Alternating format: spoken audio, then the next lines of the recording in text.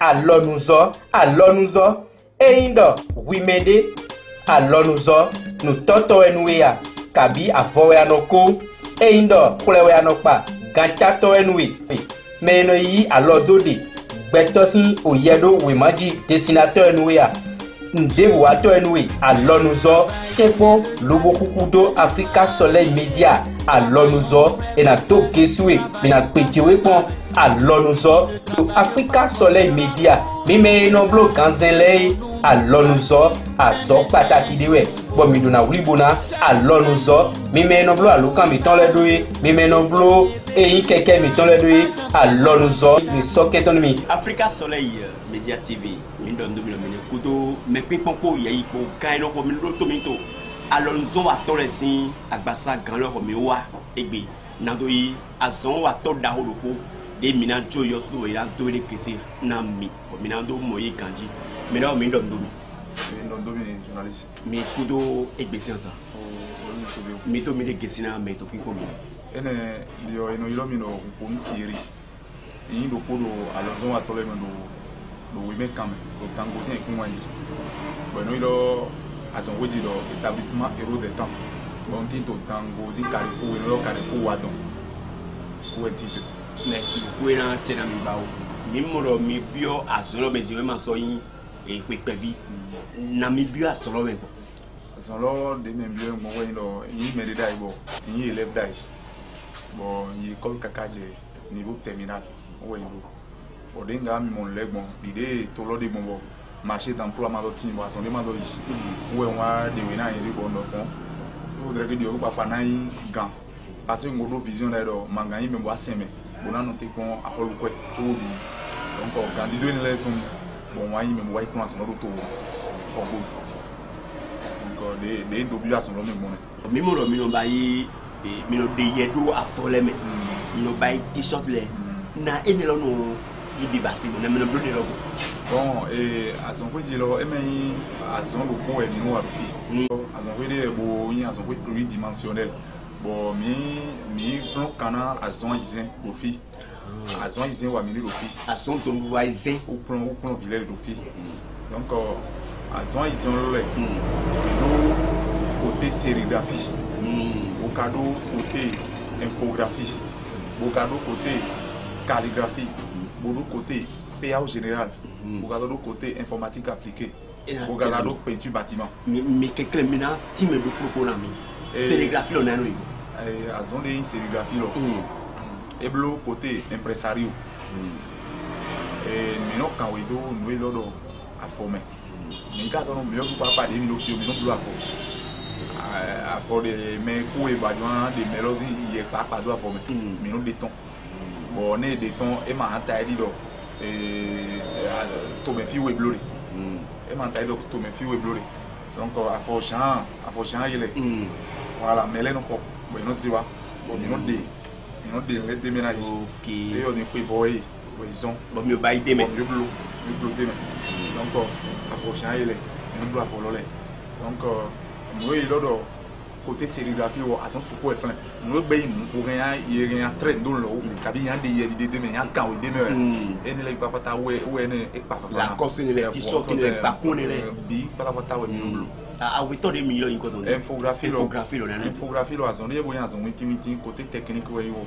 Bon mais yime bono yime bono blo ou parler et de temps dans me do wa mais infographe le di.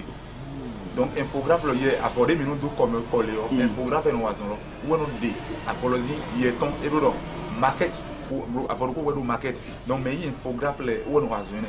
Donc informaticien le no azon lo. Donc infographe le wo no azon donc mais no blo ou le et de temps dans me wa mi le gon. Bon mais le na blo market lo na e mi yan de yero ton e do papier ji we tu ele na ze bona dia ou bloji. Donc 100 000 mais no blo ou le e mantin. À ton vraiment. À ton bolo, il y a le PA au général. PA au général, le côté traitement d'image. Ils ont traité, il est là. Et que mes deux coups, papa, donc ils ont une photo d'Aoblone. Mais il y a un pont, mais il y a un dio, mais là, pas comme sonné. Bon, dio, il est là.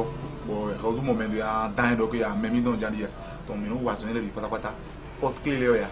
Étiquette les hache numérique d'Adawele à son PAO dans le donc diplôme PAO dans le où est naché ne vit d'autres diplômes nature ben rien wa donc il est ben encore photo de Bénin complet même à l'extérieur et rien un diplôme ne boit son depuis là calligraphie là où est côté de non wa son do mais là banderole leji et quand do banderole leji il y a écriture là dans banderole plaque à iba donner les mais non le mon coton à col leji plaque de non c'est de monto go donner ben non quand pour couleur or pour ne mais non wa son nom là dans les c'est que tu as fait mais rien ba plaque qui n'a pata il y a des bitons et quoi sur le pour les gars mais non bleu côté peinture bâtiment voilà c'est ça do comme non bleu c'est ça do comme non mais côté technique ouais bon il y a un bleu design les do color mais bon il y a un kanji bon il y a des John les et ça décoration do color bon il y a un kanji bon mais gars on suppose pour le dango bio mais là au moins nous y a le mino la sonne le mais bon comme il y a trop plein bio côté informatique appliquée là non à manuel le bleu parce que vidéo tchétché bio à son mais là et nous dans le côté informatique là parce que où là on bleu tu vois son côté PA ou infographie là mais bon donc elle est dans le bio informatique appliquée chobo bio domaine technique de l'école et là tiens mais bon team na même ton da ne les bon mais moi que nous mi team ne dio et maïndo yina zelo de budo bayi a son wa ne to frère na mi no mo son wa le bon ma on go alors mais premier fille non en wa ndik bebe ozo du nanimo parce que mi konde igbe o mere ma lo le ko na mere azon mi no les ont igbe bo mais comme on dit na te di dans les do a son lo mais nous ne là nous on bo mais support et mon moto na son lo azon de bibio ko me fi igbe le e mi de wa son we trop we azon le jawaji azon mi no yan son de bobo pe do pe kanji bo me moto na le moto na donc ayi ka di do lo me c'est de do ou mi no ja son wa lo le pe o de ko ji no me azon wa ne bo an be pe ai mo pe fi wo lo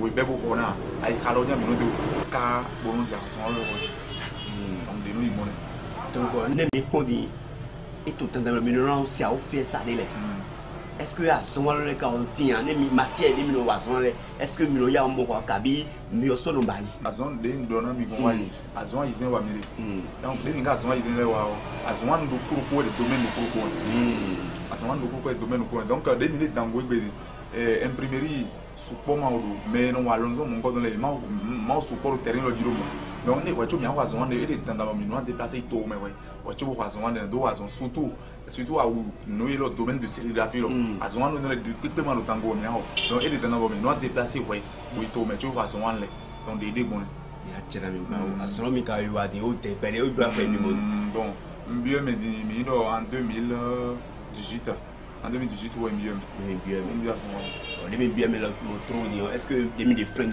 à ce moment on a mis à tobo mi yo yimide bon ndugu fi kwa sipo mais les 2000 migan buntu à ce moment quand bon ma wonu galo bon bon ti petora ka ma le bi mais ma lo wonu le mais nous dia dina le na wa we donc bon wori bongo bi aso me ka de ko beru du kume ma regretter no ko go bo bi kwa si ko no mo mbundu bon mais ga yime bo le 2000 nous on pe kona e peri de client est sur côté dans nos traité client et client est sur côté mieux bon mieux à l'horizon mais dada yo ne doit y mériter mando accueil client mais na wa ko parce que même si y a des wabo bolo que mi a mon client il en fait on a opéré ne doit mando accueil il en fait on a parce que bon a oui y a de l'eau à rapidité à zondon il confie à zondon il bana délai mais bon quand mais et manque là bodo be ya no bloquement zondon no merci a vous fi fait de hodi do de nous clients les noyés et nous indé nous on connaît clients les bon il y a un tombeau de ou ton mon des filles le centre euro de temps mon côté de à son taille parce que mais le pour actif pour y a mon des à son mêlé de nos côtés donc nous les bon clients les yémen plein yémen donc mais ouais euro de temps dion à son nos frères caca boy yémen ya livré à son ami côté et né on yémen bé parce que en tant que grand en tant que à son boyo et mon mais les pas donc des mi pego boloblo mais kaka ye de mere ma wa fi bo atawa bodo mi wason des mi wan bo do fi kaka ye de mere ma wa fi bo atawa bodo mi ji ason do fi bo ma wason lo kabi mi gbo mi ne be mi no le na mi ne ka ye di mo mo me ngo no de mais fojo mangara ko mangara no mi wa héros des temps bo wa mi o su mi wa so wa no koton bo yin so ngodo ko mi bo bon mi wa mi na mi formation mi no formé me let fi mais o mi gan mi son ko yi formé ya oui mi no ko formé mais non conformer de telle manière que non minimum donc mais mais mais bon a terrain d'igler après mais mais a mi non le biba pas d'abord de l'eau on en a meilleure formation non mais quand parce que mais les tins il mon rien mais moi pas zone non secret en son mais les tins mais mon de formation de que pédai pour gagner on que gagner mieux pour gagner mais formation de pour na son le ko e je terrain je non ja son le me play tu me no yi na gam mon god no former yo me no yi no bateau na e kon kan we est-ce que me ga do lele e ga yin beto mo boy wo tu no na formation mo gam mon god no de bon pe won termine do bona yin na me to kin kom be won de na yin na me kin kom le ko ndo azon pe de me bo wafi Africa Soleil Media petit envoyé mais dans le ouais télévision là comme dire un temps parce que et nous fait una télévision sous quoi Bernardo aider mais allons à tole bokbe mi donc c'est-à-dire publicité mi don ya bio mais lo dit pas donc comme à fond le pour moye boy tu nous dit comme dire un temps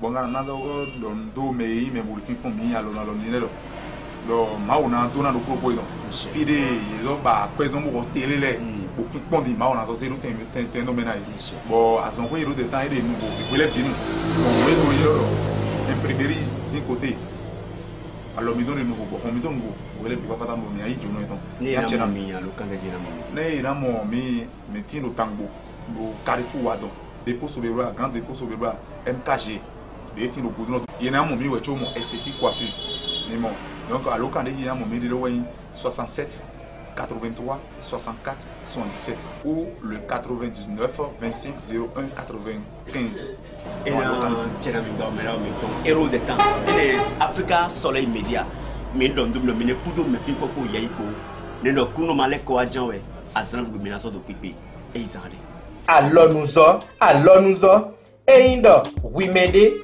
alonuzo nu toto enuya kabi avowe anoko eindo kulewe anokpa ganchato enui meno yi alodode gbetosin oyedo wemaji dessinateur enuya ndebo ato enui alonuzo tepo lobo kukudo Africa Soleil Media alonuzo ena to geswe ena pejewe pon alonuzo Africa Soleil Media mime no blo ganzenlei alonuzo azo pataki dewe bo mi dona wribona alonuzo mime no blo alukan mi ton le doye mime no blo eyin keke mi ton le doye alonuzo mi soketon